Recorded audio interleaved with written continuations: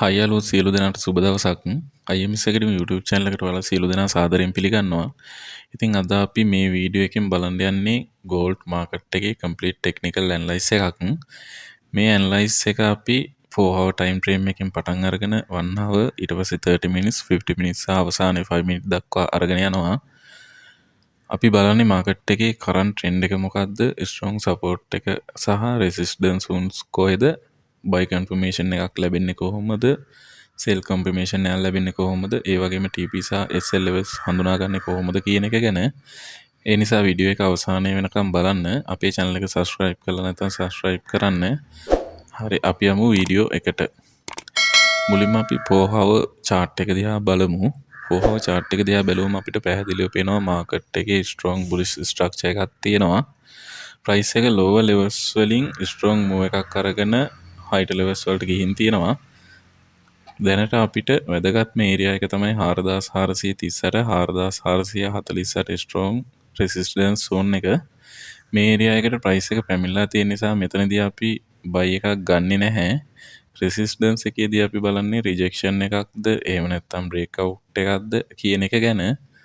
Price එක resistance එකෙන් reject වෙලා bearish confirmation එකක් දුන්නොත් sell setup එකක් consider කරන්න පුළුවන්.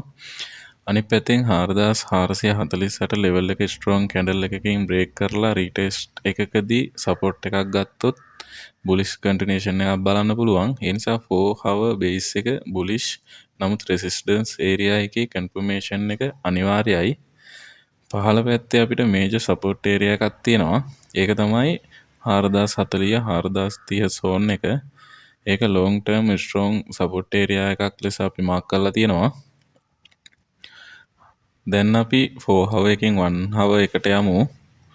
1 hour එකෙන් bullish movement එක පැහැදිලිව පේනවා. price එක දැනට 4414 area එකේ ඉහළින් අපිට 4420 4426 strong resistance zone එකක තියෙනවා. price එක මේ zone එකට ගිහින් rejection candle එකක් හදනවා නම් sell confirmation එකක් හොයාගන්න පුළුවන්. sell setup එක confirm වුණොත් chart එකේ අපි identify කරලා තියෙන downside target වලට යන්න පුළුවන්.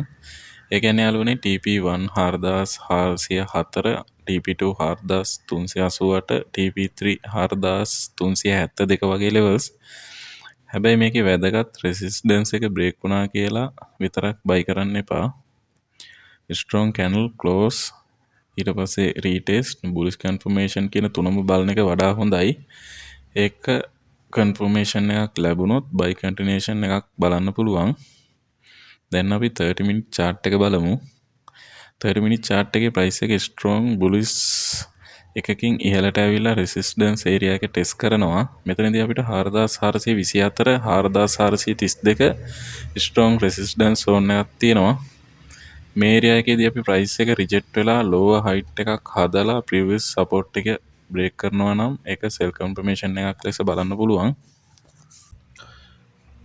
TP1 4402ත්, TP2 4390ත්, TP3 4370ට වගේ levels බලන්න පුළුවන්. හැබැයි 4432ට උඩින් strong breakout එකක් කළා retest එකක් කරොත් එහෙම 4432 support එකක් වෙනවා නම් bearish setup එක cancel කරලා buy continuation එකක් බලන්න පුළුවන්. ඒ නිසා 30 minute එකේ අපි simple rule එක තමයි rejection එක ආවොත් sell confirmation එකක් ලබා ගන්න එක. ඒ වගේම breakout එකක් සහ retest එකක් වුණොත් buy confirmation එකක් ලබා ගන්න එක. දැන් අපි 50 minute chart එකට එමු. 50 minute chart එකේ price එක resistance zone එකට ඉතාම ආසන්නව තියෙනවා. අපේ main resistance zone එක 4422ත් 4428ත් වෙනවා. price එක මේ area එකට touch කරලා rejection එකක් දෙනවා නම් sell confirmation එකක් හොයන්න පුළුවන්. sell එක confirm වුණොත් TP1 විදිහට 4410, TP2 4398, TP3 4386 වගේ targets අපිට බලන්න පුළුවන්. නමුත් 4428ට උඩින් breakout එකක් වෙලා retest එක support වුණොත් market එක තවදුරටත් bullish වෙන්න පුළුවන්. ඒ නිසා 5 minute එකකින් අපි කරන්නේ direction එක සහ guess කරන එක නෙවෙයි, confirmation එක එනකම් wait කරන එක. දැන් අපි අවසාන confirmation එකට වශයෙන් 5 minute chart එක බලමු.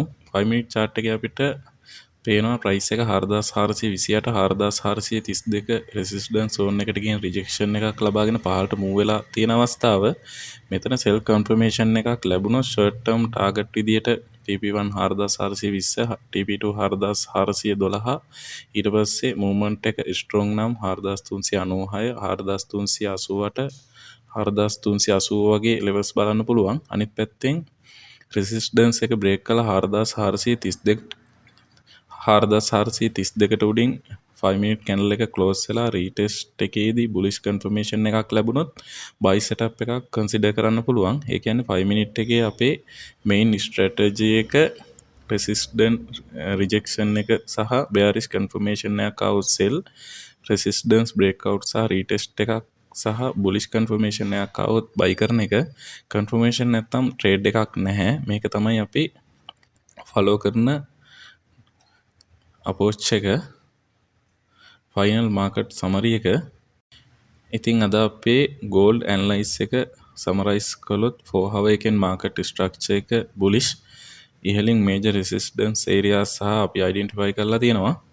රෙසිස්ටන්ස් එකෙන් රිජෙක්ෂන් එකක් ලැබුණොත් සෙල් ඔපචුනිටි එකක් බලන්න පුළුවන්. රෙසිස්ටන්ස් එක බ්‍රේක් කරලා සක්සස්ෆුල් රීටෙස්ට් එකක් දුන්නොත් බයි කන්ටිනියුේෂන් එකක් බලන්න පුළුවන්.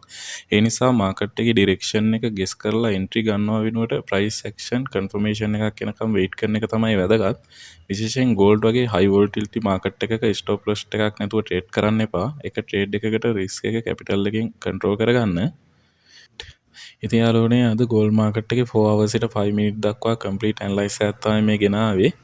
වීඩියෝ එක ඔයාලට හොඳයි නම් like එකක් දාන්න, අපේ channel එක subscribe කරන්න. ඒ වගේම පහළ description එකේ තියෙනවා අපේ free signal telegram group එක. ඔයාලා ඒකටත් join වෙන්න. හැමෝටම සුබ දවසක්.